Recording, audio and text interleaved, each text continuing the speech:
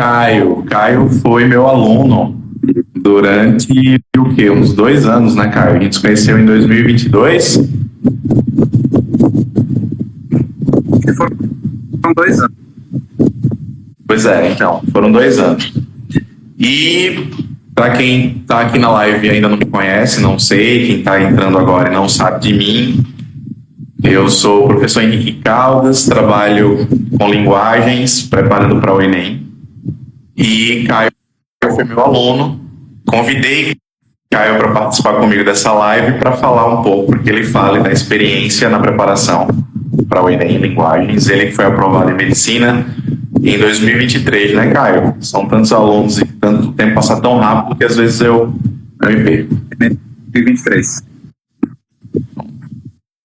Caio, para a galera entender por que você está aqui, eu vou fazer algumas perguntas, um bate-papo, e você vai compartilhando com a gente a sua experiência e eu vou compartilhando a minha. Já vou começando dizendo o seguinte: essa live, ou essas lives que vão acontecer aqui, elas têm a intenção de mostrar como é o Enem de linguagens, mas mais pela fala de vocês, alunos ou ex-alunos, do que pela minha.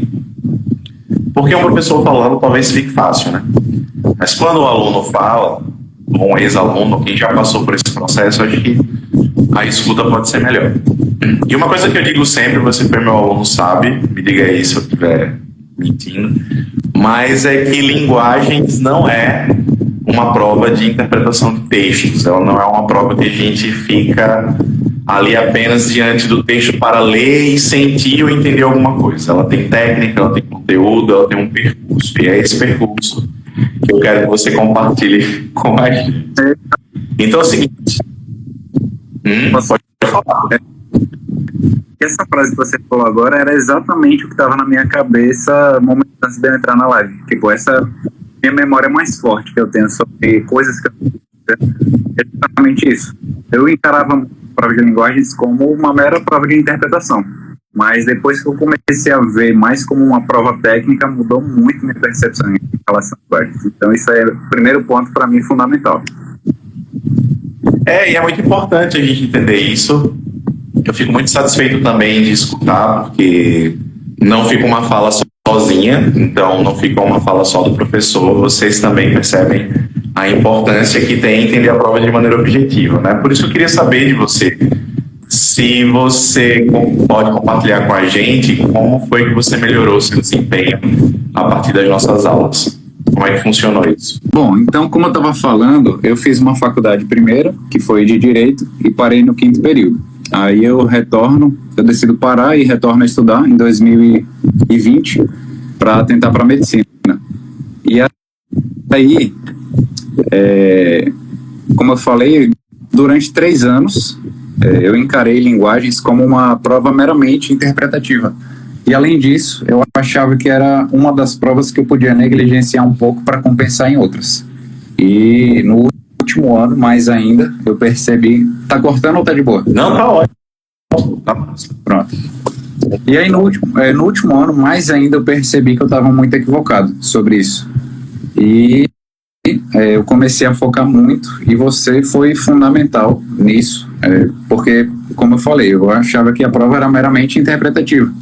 E aí eu comecei a escutar você e passei a encarar a prova de forma mais técnica, buscar técnicas para entender melhor. E eu acredito que sua pergunta foi uma das coisas que me fez melhorar? Exatamente, né? Afinal, assim, o que foi que melhorou?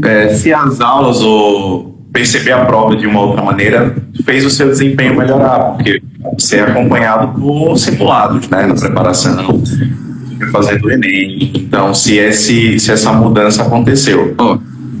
Então, para mim, o ponto de partida é justamente isso. Primeiro a gente entender de forma diferente, né? Então, esse foi o primeiro ponto.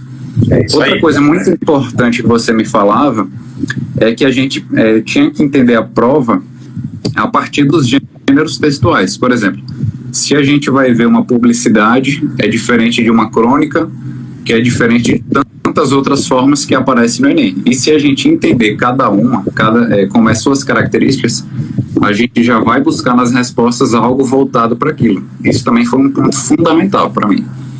Então, outra coisa bem importante foram aquelas aulas que a gente tinha pela tarde, em que a gente discutia muito, principalmente por que é essa, por que não é essa, né? Que geralmente é uma dúvida muito grande, a gente faz a prova de linguagens. Então, tudo isso foi somando para que eu pudesse melhorar. Muito legal, porque veja só, né? A prova de linguagens ela é uma prova às vezes mal compreendida. Então, a ideia é tem muito texto, então vamos ler. Só que ler não é ler de qualquer maneira. Não é só dar um sentido. Porque senão fica parecendo uma coisa meio vaga. Eu vou ler e vou entender alguma coisa. Não é bem assim. Os textos têm formas de elaboração, tem intenções, e a ideia é essa mesmo, assim, é entender que os textos têm caminhos, têm objetivos. E aí, você percebe, então, a partir dali, que o seu aproveitamento em linguagens foi melhorando? Você sentia isso? Mas, porque é uma coisa interessante, Henrique, eu acho que você vai se lembrar, em 2023 caiu uma questão da prova de uma música de Caetano Veloso. E aí... Sim. E aí ele mesmo postou nas redes sociais que ele ficou em dúvida entre duas questões. Então, imagina a gente que faz, né?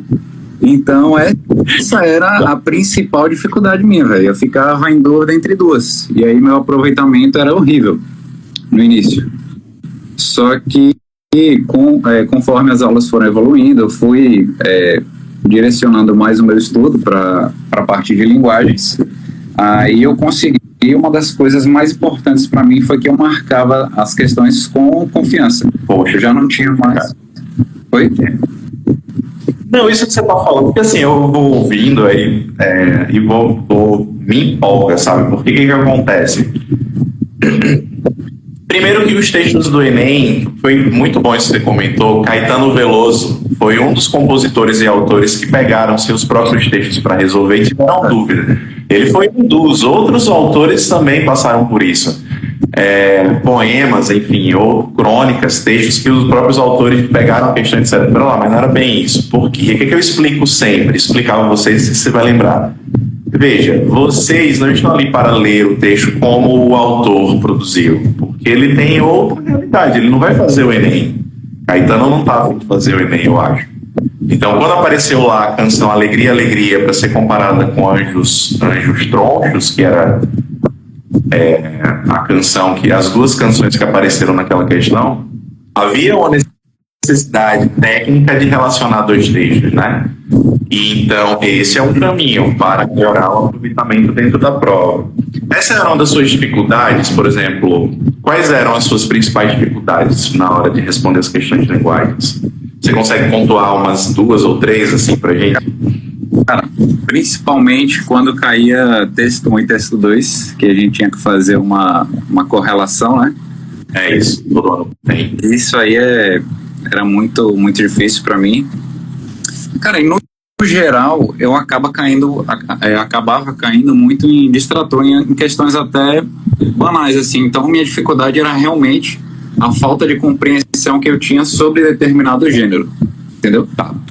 Então, isso para mim, quando eu fui conhecendo, isso aí foi melhorando muito. Encarei realmente de forma mais técnica, né? Mesmo que o professor acompanhe a dificuldade do aluno, né, Caio? E a gente acaba tendo um convívio intenso, é um ano praticamente.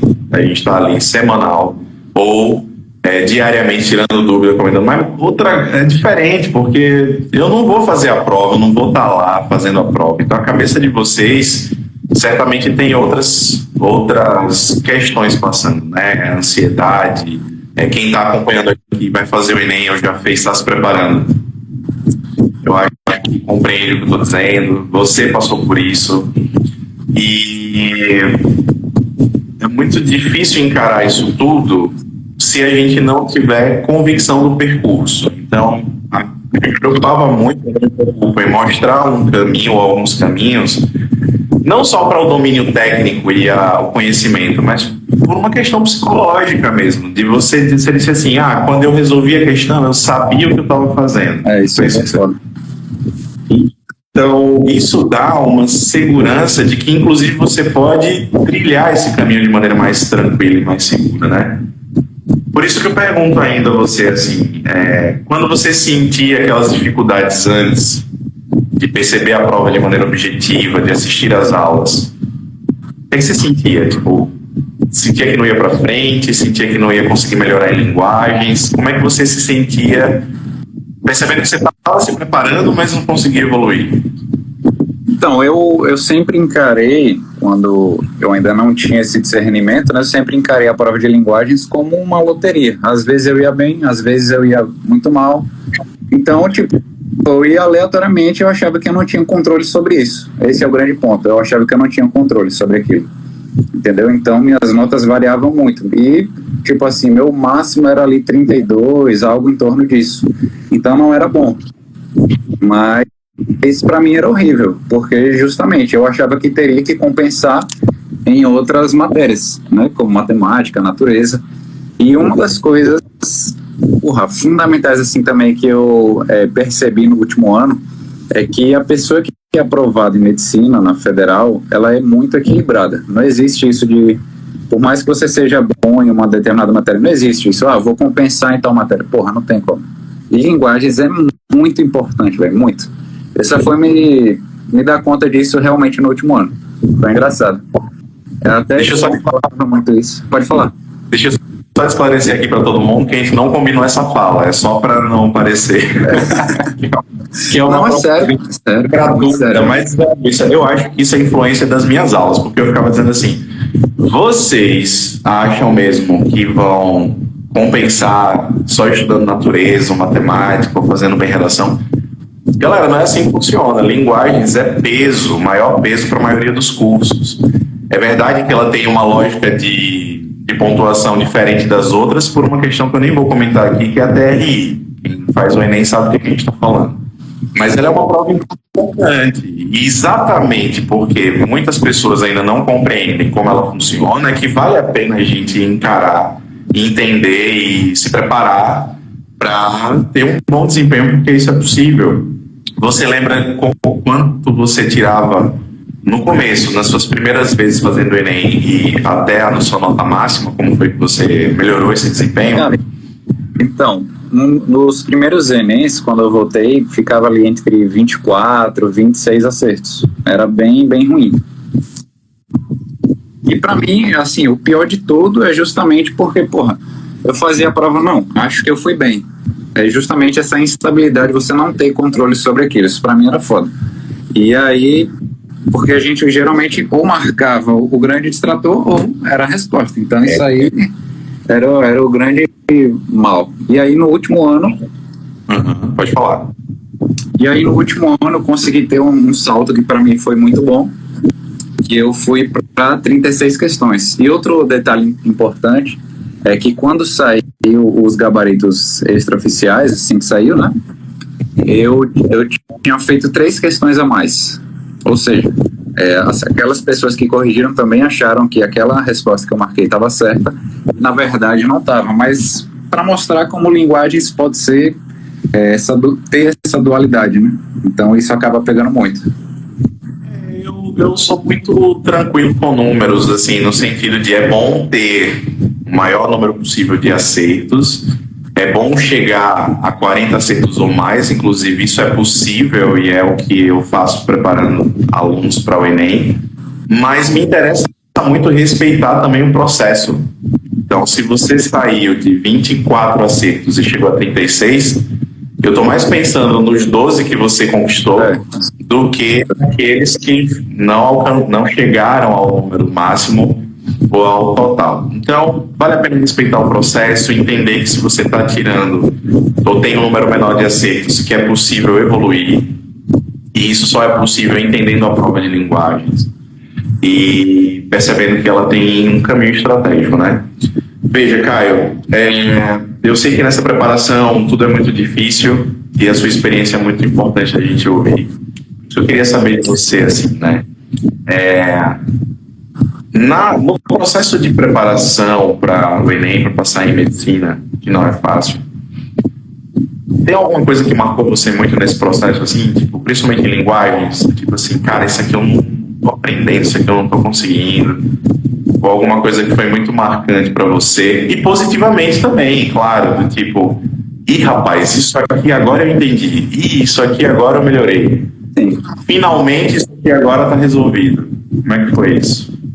Porque assim, não tem exatamente um boom que marcou assim, eu tava aqui, agora alavanquei, né? Para mim não é um processo. Mas uma das coisas que me marcou muito é que quando eu penso em linguagens e lembro de quando eu estava estudando, foi um dia que eu estava fazendo uma prova com o John, você se recorda dele, obviamente, e acredito que algumas pessoas aqui também. A gente estava fazendo um simulado de linguagens aqui em casa e era 11h30 para meia-noite. A gente estava na varanda aqui do apartamento e, pô, esse dia foi incrível, velho, porque a gente terminou a prova, eu lembro que eu acertei 38 questões, foi um simulado do SAIS, e eu até comentei com meu pai, ele, porra, velho, muito bom e tal, e foi a partir daí que eu comecei, porra, eu acho que tem um caminho aqui que eu posso seguir, eu vou por aqui. Você sabe que o professor é meio carente, né, no sentido de que a gente quer muito o feedback dos alunos, e eu não fico muito cobrando isso de vocês, porque eu acho que isso vem naturalmente. Mas como a gente está aqui para compartilhar as experiências, eu quero saber ainda de você, lá no Enem, você lembrava das aulas, no sentido de, você via a relação entre o que você estudava nas aulas de linguagens, nas nossas aulas, e na prova? Porque isso, por que eu pergunto isso?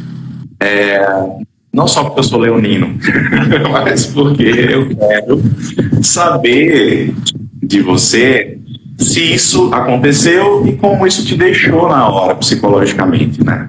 A gente sabe que o aspecto emocional pesa muito na hora da prova. Então, você se sentia confiante fazendo as questões porque lembrava das aulas? Assim, se torna inerente no processo, né? A gente adquire, como eu falei, essa confiança de marcar aquela questão e saber que está certo, porque a gente tem aquele fundamento que a gente criou com base nas aulas e nos estudos. Então, porra, de fato, isso aí se torna inerente. Quando a gente está fazendo ali a prova do Enem, porra, eu sabia que estava fazendo e estava acertando, justamente porque a gente bateu naqueles pontos e definiu aquilo ali, então consolidou e se tornou inerente. Não tem como eu ver aquilo ali e não lembrar das aulas, né, e tudo que eu aprendi. Então, sim. E eu acho que isso reforça o ponto de que, então, a prova não é subjetiva. Porque se ela é uma prova objetiva, aquilo que você está estudando, aí se espera que você identifique na prova, né? Se a gente falasse uma prova subjetiva, vaga ou difusa, então a gente iria despreparado e ver o que ia acontecer lá. Que eu acho que era mais ou menos isso que acontecia com você antes, né? Rapaz, não sei, vamos ver o que vai acontecer lá. Então, se ela é uma prova objetiva, como a gente está dizendo, é possível não prever, não ficar tentando adivinhar o que vai ser a prova, mas estudar de maneira objetiva e técnica para saber o que vai aparecer lá. Então, quando eu comecei a falar em sala sobre gêneros textuais, e que há gêneros textuais que se repetem, você via isso na prova? Porra, sempre. E se tratando de gêneros textuais, eu só não lembro o termo, mas tem um deles que ele trabalha muito a questão do convencimento.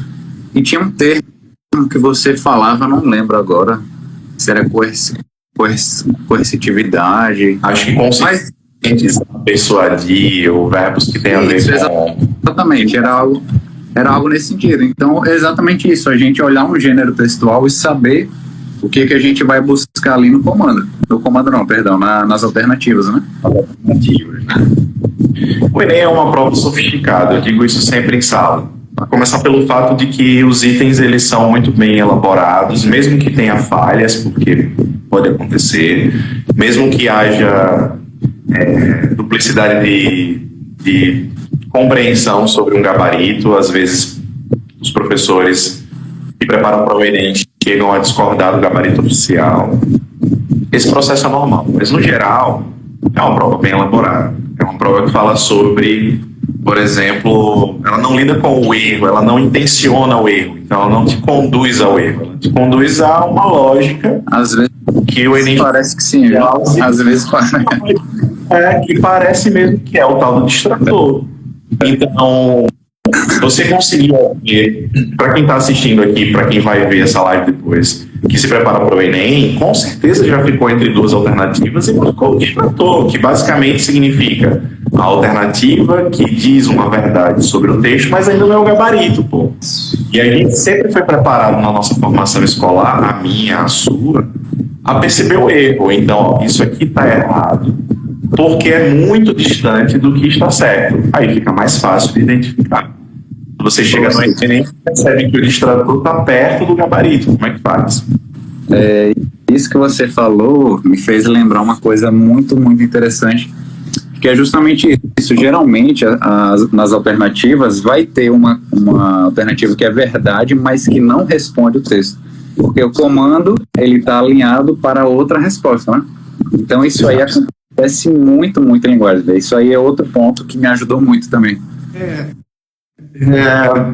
Porque, veja bem, uma coisa que acontece, lá vai o professor falando, né? É que, assim, se você me diz, como você falou aqui agora, eu ia para o texto sabendo que eu tinha que ler.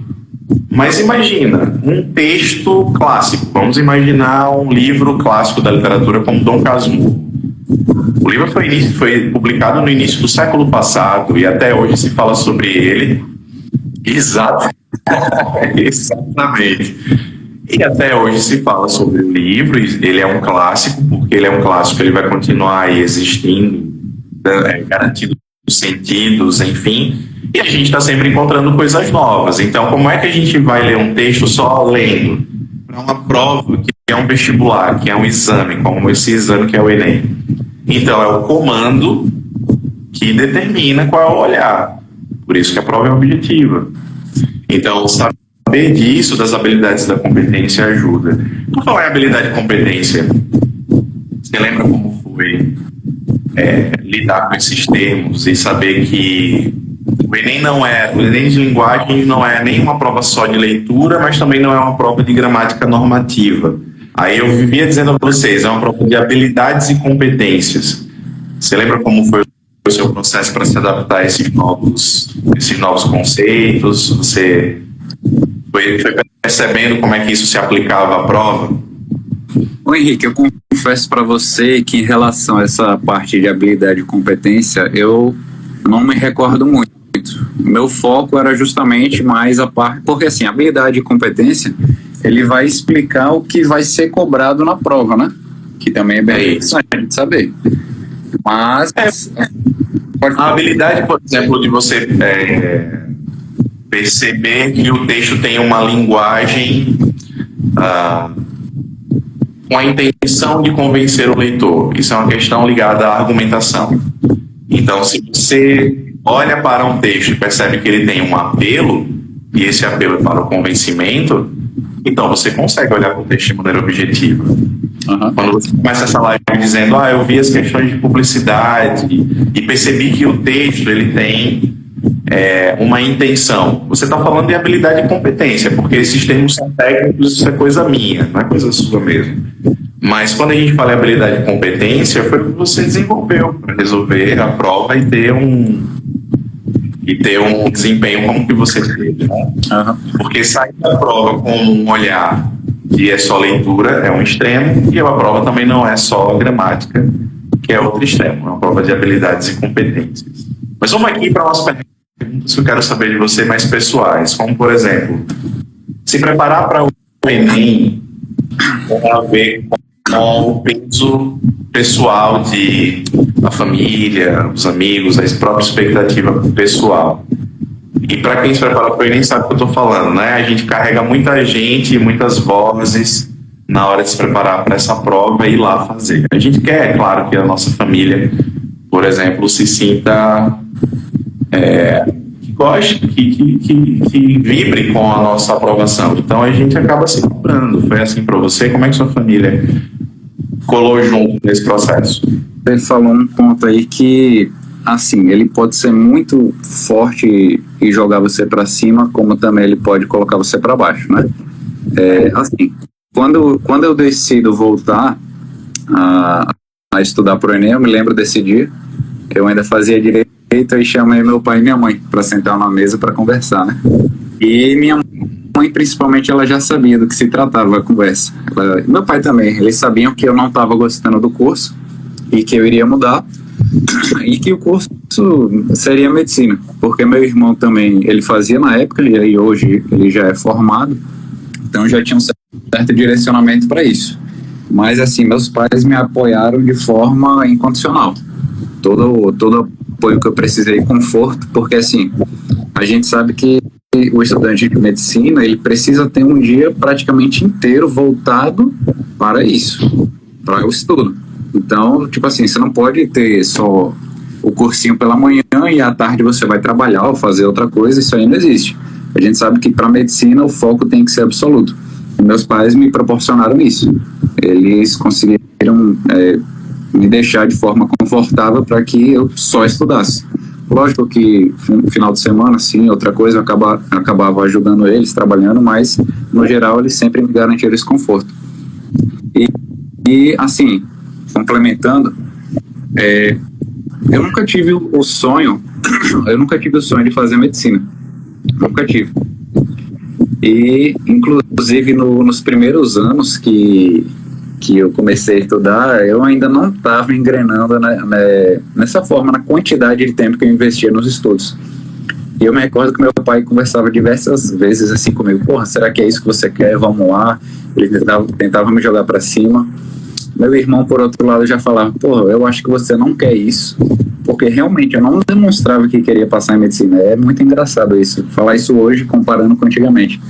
Ele não me via estudar e não me via focado. Ele falava: mas velho, eu acho que você não quer isso, então vá buscar algo que você realmente queira.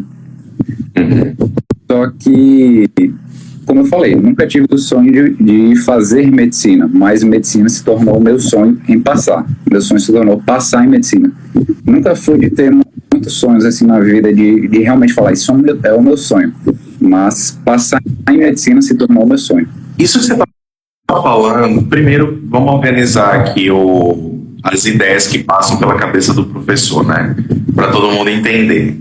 O que eu estou querendo que a gente perceba aqui? Primeiro, a família evidentemente é importante, mas é preciso que vocês se sintam seguros no processo, para que você acredite primeiramente que é possível e que sua família entenda que é possível. E para fazer esse investimento, inclusive. Exato. Então, o trabalho de um professor com técnica, objetividade, não é só para que o aluno entenda, porque a gente está falando de aprovação. A gente está falando de aprovação num curso muito concorrido, em especial medicina, mas entrar numa universidade não é fácil para nenhum outro curso, pode ser mais fácil que medicina, porque existem pesos diferentes. Então, ter um caminho confortável de trilhar, isso ajuda o aluno como você, que nem tinha o sonho de fazer medicina, de perceber que é possível. E claro, você, meu aluno está ali diante da minha sala, diante de mim na aula, mas por trás de você tem todo esse suporte, essa família. Então, são muitos universos diante de mim. Então, quando eu falo que a prova de linguagem é uma prova objetiva e que ela tem um caminho seguro a ser percorrido, eu estou falando para você, eu estou falando para a sua família que também está aí atrás de você, né? Te dando esse suporte. E quando foi que esse medo de linguagens começou a passar? Você lembra? Mais ou menos. Foi quando você começou a aceitar mais ou, enfim, como é que foi isso? Exatamente. No último ano, quando eu comecei a encarar a prova de forma diferente, e aí é inevitável. Quando você vai acertando mais, você vai se sentindo mais confiante. Quando a gente vai começando a aplicar aquelas técnicas ali, né, na prova e realmente vai dando certo, é inevitável. Você começa a ter mais confiança. E a partir desse momento eu fui acumulando essa bagagem e, consequentemente, aí minha confiança foi aumentando. Isso é muito importante. E é gratificante também para o professor, porque eu quero falar sobre método, por exemplo. Eu não não acho possível estudar sem um método. E qual é o método de linguagens? O conteúdo que é cobrado na prova, que a gente começa a perceber que tem mesmo lá. Falar em técnicas de resolução, porque não é uma prova só de conteúdo nem de leitura, então tem técnicas de resolução. É o exercício, é a prática, isso a gente sempre procurou fazer, ver os conteúdos e as situações dentro das questões. E assim, como eu disse, né, a minha posição é diferente da de vocês, porque eu não sou um professor, apesar de acompanhar, mas vocês têm uma visão diferente. Eu imagino que com isso o medo vai passando, que a gente vai sentindo mais confiança, vai sentindo mais seguro. E eu percebo isso, e percebi inclusive quando você ou seus colegas vinham ou vêm fazer as perguntas. As perguntas mudam. Por exemplo, a coisa começa mais ou menos assim, veja se você concorda comigo. Professor, me explica aqui a questão 32 do Enem. Começa assim. Vai passando o tempo, aí você diz, professor, eu não entendi a diferença entre a letra A e a letra C da questão 32. Esse é o nível intermediário. Quando vocês vão melhorando, chega no seguinte ponto. Eu até entendi o que você explicou, mas agora eu quero saber por que não é a C. Então, vocês vão ficando com mais repertório, vocês vão ficando mais confiantes. Eu acho que isso é sinal de que o medo vai passando. E você sai de uma postura passiva para uma postura ativa. Você concorda comigo? Concordo. E assim, eu não sei se você vai se recordar disso, mas como você falou... Eu tenho memória de orgulhoso. Nas nossas aulas pela tarde, o principal foco era a resolução de questões e realmente aquele debate. E teve momentos em que eu discordei de você. Não sei se você se lembra disso, que eu não concordava com a alternativa que você me falava. Porra, velho, não faz sentido para mim que não seja essa. E por mais que tenha essa dúvida, essa dualidade, isso aí para mim foram os momentos mais... E assim, enriqueceram meu repertório, meu conhecimento e confiança. Porque aquele debate que a gente tinha, e por mais que a gente discordasse algumas vezes, isso aí foi me trazendo uma confiança muito massa, velho.